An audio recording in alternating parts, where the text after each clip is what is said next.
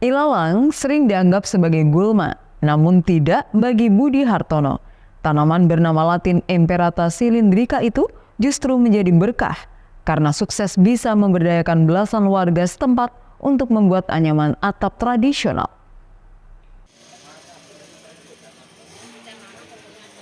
Kisah sukses Budi bermula saat ia mendapat pemutusan hubungan kerja atau PHK saat bekerja di perusahaan rokok di Kabupaten Malang yang telah bekerja hampir 2 tahun.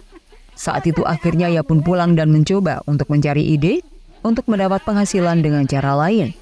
Di luar dugaan, tidak mudah bagi Budi untuk menemukan ide bisnis baru.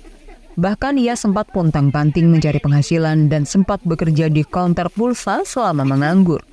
Hingga akhirnya secara tidak sengaja menemukan ide untuk membuat anyaman atap berbahan ilalang kering.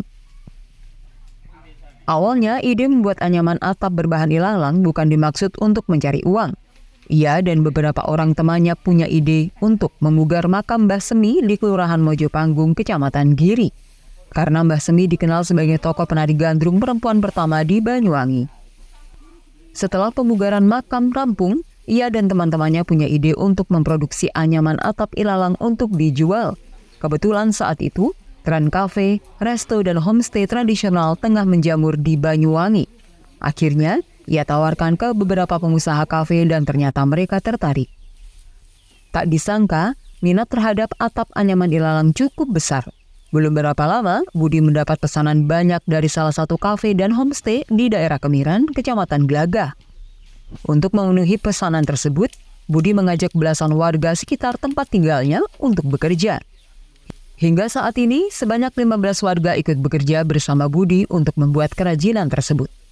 Lambat laun, pesanan anyaman atap ilalang terus berdatangan, baik dari Banyuwangi maupun dari luar kota, mulai dari Jember, Surabaya, hingga Bali. Bahkan ia sempat mendapat tawaran dari pembeli untuk dikirim ke luar negeri. Ilalang memang terbilang rumput liar yang banyak tak termanfaatkan. Namun ternyata, Budi sempat mengalami kesulitan untuk menemukan tumbuhan tersebut. Terutama saat musim kemarau, ilalang tak tumbuh, sehingga produksi Budi mandek saat musim itu. Seiring bergulirnya waktu, Budi mulai menemukan trik agar bisa berproduksi sepanjang waktu. Caranya, yakni dengan menyetok sebanyak mungkin ilalang saat musim penghujan. Tak sanggup untuk mencari sendiri, ia mengajak warga untuk mencari rumput di tempat-tempat ilalang tumbuh dan kadang dirinya membeli dari pencari rumput seharga 5.000 per ikat. Budi menjual anyaman atap ilalang buatannya yang berukuran sekitar 2,5 meter kali 1,5 meter seharga 15.000 per lembar. Harga bisa lebih murah apabila pembeli memesan dalam jumlah banyak. Saya usaha ini awalnya tahun 2019, jadi kalau sampai sekarang kisaran hampir 5 tahun.